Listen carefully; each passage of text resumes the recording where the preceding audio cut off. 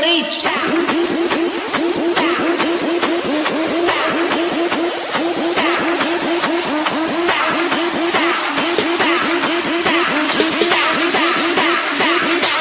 And do the Harlem Shake.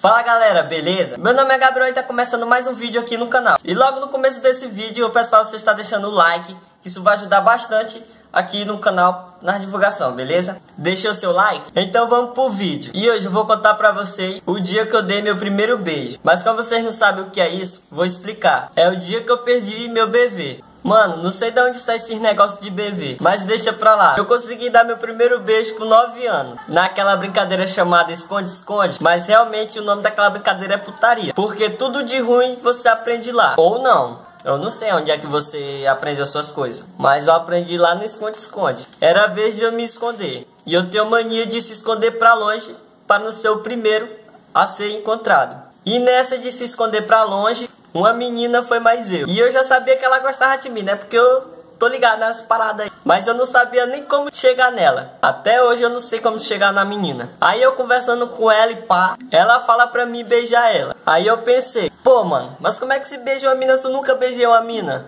Mas eu fiquei na minha e beijei ela. Mas pense no beijo horrível. Mas com o tempo eu fui pegando costume, pá. Então galera, o vídeo vai ficando por aqui. Deixa aqui nos comentários como é que você perdeu o seu bebê. Deixa seu like e compartilha esse vídeo para um amigo seu, beleza? Passa aqui embaixo na descrição para me adicionar nas suas redes sociais. Galera, até o próximo vídeo.